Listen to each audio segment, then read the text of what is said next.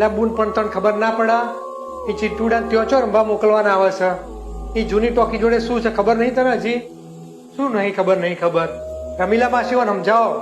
હજી તો પેલા જૂનો વડલો હતો ને ત્યાં હજી ભૂત ફરે છે એ જૂની ટોકી જોડે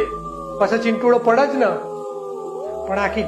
જિંદગી તમે અમદાવાદમાં ગુડોણો એટલે તમને શું ખબર પડે ગામડામાં આવે તો ખબર પડે કે આ ભૂત શું કહેવાય ડાકણ શું કહેવાય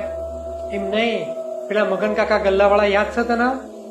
અલ્યા પેલા ગલ્લાવાળા આપણે ગોળીઓ બિસ્કીટ નતા આપણે ચોરીને ખાતા આપણે નોના હતા એ રહ્યા એ હું ચમડા મરી ગયા હતા એ રહ્યા એટેક આવ્યો તો એમાં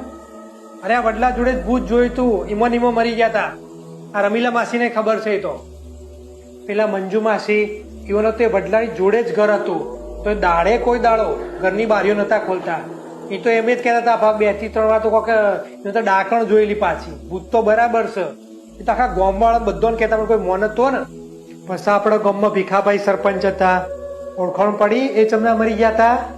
એ તો એ વડલા જોડેથી વળી નીકળ્યા ત્યાં જ બાથરૂમ કરવા વળી અડધી રાતે ઉભા રહ્યા ત્યાં લખવો થઈ ગયો અને એમરેજ થઈને ત્યાં મરી ગયા પછી એને બહેરું સીતા માસી એ સરપંચ બન્યા સીતા માસી જેવું સરપંચ બન્યા ને પહેલું કામ શું કરાયું ખબર છે એ વડલાને જ કપાઈ દીધો સીતા માસી મર્યા ત્યાર સુધી સીતા માસી છેલ્લવથી કહેતા હતા